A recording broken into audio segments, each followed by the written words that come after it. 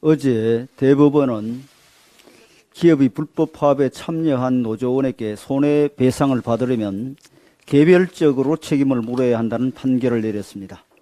이 판결은 공동 불법 행위에 대해서는 참가자들이 연대 책임을 진다는 민법의 대원칙과 맞지 않는 것으로 경영계에서는 이 판결에 심각한 이의를 제기하고 있습니다. 개별 노조원의 불법 행위 가담 정도를 일일이 입증하는 것은 현실적으로 불가능에 가깝다는 것이 경영계의 입장입니다. 수십 수백 명의 노조원이 복면과 마스크를 쓰고 시설을 점거할 경우 개개인의 신원조차 파악할 수 없다는 것입니다. 따라서 대법원의 판결은 사실상 노조의 불법 행위에 대한 기업의 손해배상 청구를 원천적으로 제한하는 판결입니다. 대법원은 노란봉투법을 판례로 뒷받침하면서 국회의 쟁점 법안을 임의로 입법화하는 결과를 빚었습니다. 이는 법률적 판결이라기보다는 정치적 판결이며 입법과 사법의 분리라는 헌법 원리에 대한 도전이기도 합니다. 국회에서 여야 간의 입법을 두고 극명한 입장 차이를 보이고 있다면 법원은 관련 판결을 일정 기간 유예하고 국회의 논의 결과를 지켜보는 것이 상식적입니다. 선을 넘어도 한참 넘었습니다. 법원의 정파성은 사법 불신을 초래하고 법치주의를 훼손할 수 있기에 이번 판결에 대해 입법부 차원에서 심각한 유감을 표합니다. 전문가들은 이번 판결로 인해 앞으로 기업 활동이 큰 제약을 받고 균형 있는 노사관계 구축이 더 어려워질 것으로 전망하고 있습니다. 불법 파업에 대한 조합원의 개별 책임을 일일이 입증하는 것은 사실상 불가능하기 때문에 피해자인 기업이 손해를 고스란히 떠안아야 하는 불공정한 결과가 확산될 우려가 큽니다. 또한 노조는 불법 파업을 더욱 경계하지 않고 투쟁 일변도의 강경 노선을 거세게 밀고 나가려 할 것입니다. 파업 과격화로 노사관계가 악화되면 산업 현장의 생산성이 저하되고 국내 기업에 대한 해외 투자가 줄어드는 악영향이 도미노처럼 일어날 것이라는 우려까지 제기되고 있습니다. 이러한 악영향으로 인해 문재인 정부도 이를 국정과제로 선정만 해놓고 실제 추진하지는 못했던 것입니다. 지금 민주당이 야당이 되어 노란봉투법을 강행하고자 하는 것도 노조법 표를 얻고 정부 여당에 정치적 부담을 지우겠다는 계산입니다.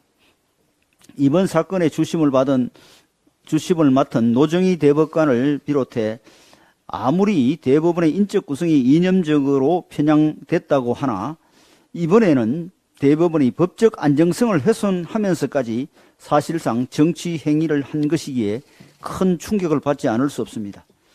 아무리 김명수 체제가 곧 끝난다지만 또 아무리 해당 사건의 주심이 소쿠리 투표 등으로 유명한 노정희 대법관이라지만 공정하고 중립적이어야 할 법원이 이렇게나 편향적인 판결을 내리고 법을 지키지 않아도 된다는 면죄부 판결을 했어야 되겠습니까?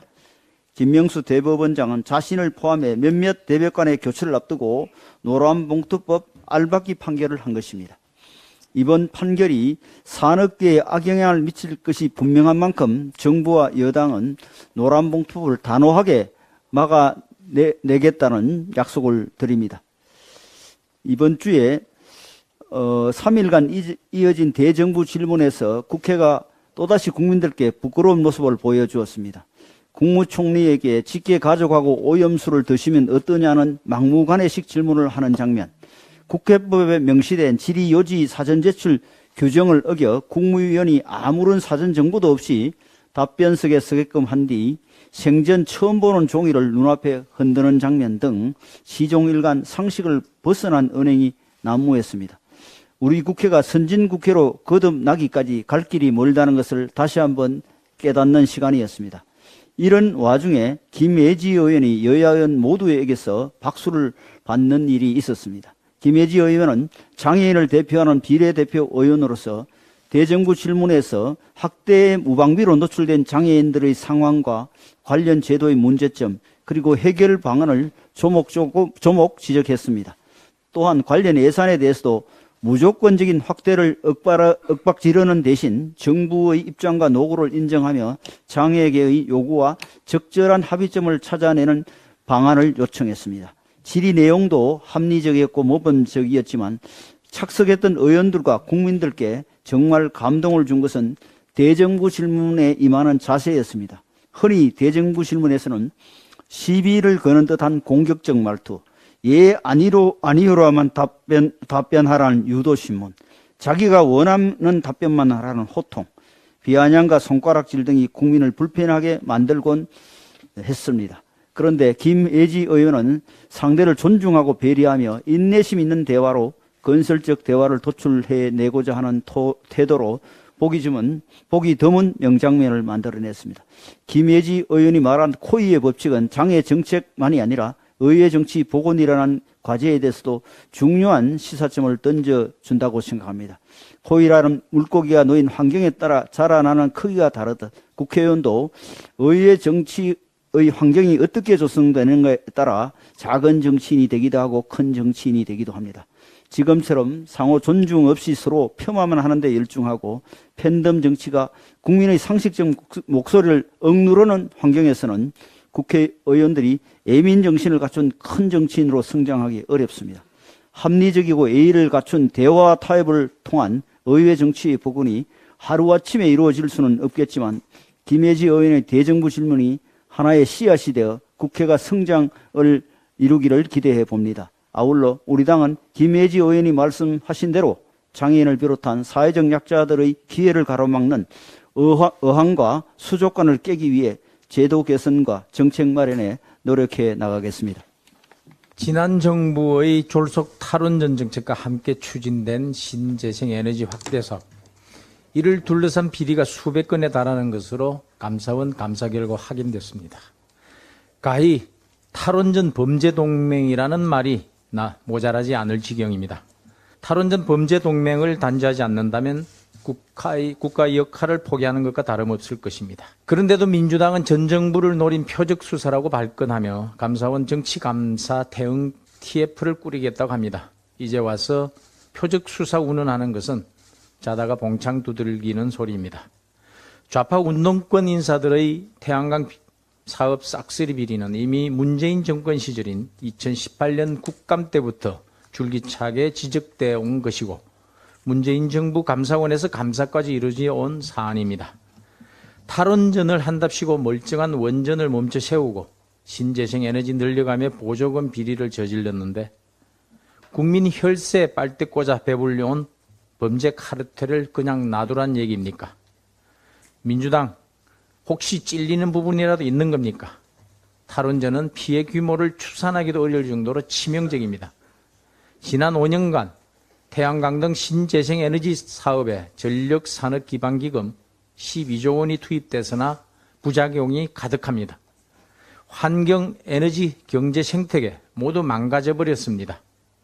값싼 중국산 발전 패널이 전국을 뒤덮는 사이에 국내 태양광 산업이 무너지기까지 했습니다. 대한민국에 돌이킬 수 없는 해악을 끼친 최악의 정책입니다. 이번 감사는 빙산의 일각에 불과합니다. 늦었지만 지금이라도 대대적 조사를 통해서 비리 전모를 밝혀내야 하고 재발 방지책을 수립해야 합니다. 민주당도 잘못된 이념 정책의 폐해에 대해서 국민께 머리 숙여 사과하고 비정상을 정상으로 돌리는 일에 적극 협조하기 바랍니다. 정부가 어제부터 일본 후쿠시마 원전의 오염수 해양 방류와 관련하여 매일 상황 브리핑을 하겠다고 밝혔습니다. 정부가 어제 브리핑을 하는 자리에서 정보가 부족하거나 잘못된 정보로 인하여 우려가 커지는 일은 없어야 한다. 과학적 사실에 기반한 정보를 자주 제공하겠다고 한 점은 잘한 결정이고 환영하는 바입니다. 후쿠시마 안심 대책은 국민이 안심할 때까지 계속되어야 합니다. 그러나 민주당은 정부의 일일 브리핑에 맞대응한다며 일일 1질문 브리핑을 하겠다고 했습니다. 국민의 의구심과 불안을 해소한다는 핑계로 오염수 괴담을 조장하고 선전선동에 활용하려는 의도라면 아예 처음부터 시작하지 않는 것이 국민을 덜 불안하게 하는 길임을 잊지 말기 바랍니다. 후쿠시마 오염수 해양 방류가 현재 이루어진 것도 아닌데 국민들은 막연한 불안과 공포감에 휩싸여서 소금 사재기에 나서고 있고 수산업계는 막대한 타격을 입고 있습니다. 어제 저녁 당 지도부가 노량진 수산시장을 찾았습니다.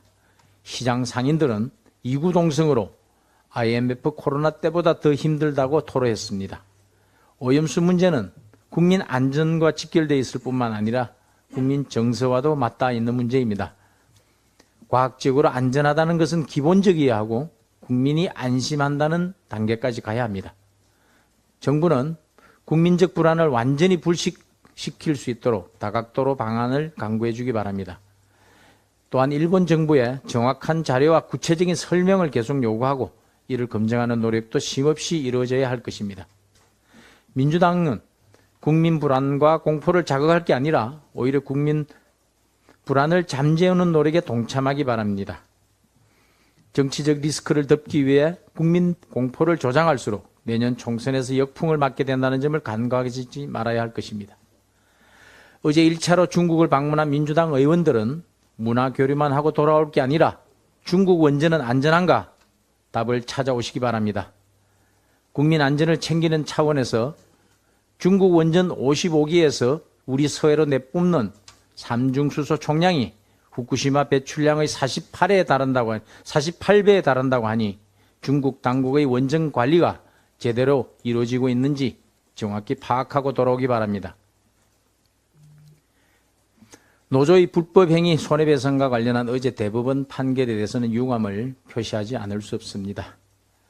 대법원이 국회까지 겸한격이 된 판결입니다. 법은 판결을 존중하는 것은 마땅한 것이지만 법을 죽인 정치 판결이라고 규정하지 않을 수 없습니다. 노동개혁을 방해하고 불법 파업을 조장하는 반역사적, 반경제적 판결입니다. 공동 불법 행위에 대해서는 연대 책임을 져야 한다는 민법의 대원칙을 비켜가면서 꼼수를 부린 비상식적인 판결입니다. 국회에서 입법 논의가 진행되고 있는 상황에서 입법부의 권한을 침해한 대못질 판결입니다. 임기 석 달 남은 김명수 대법원장의 대법원이 해서는 안 되는 알박기 판결입니다. 노란 봉투 판결이라고 해도 지나치지 않습니다. 야당이 발의하고 대법원이 공표한 것이나 마찬가지입니다. 어제는 대법원 정치의 날로 사법부 역사에 남을 것입니다.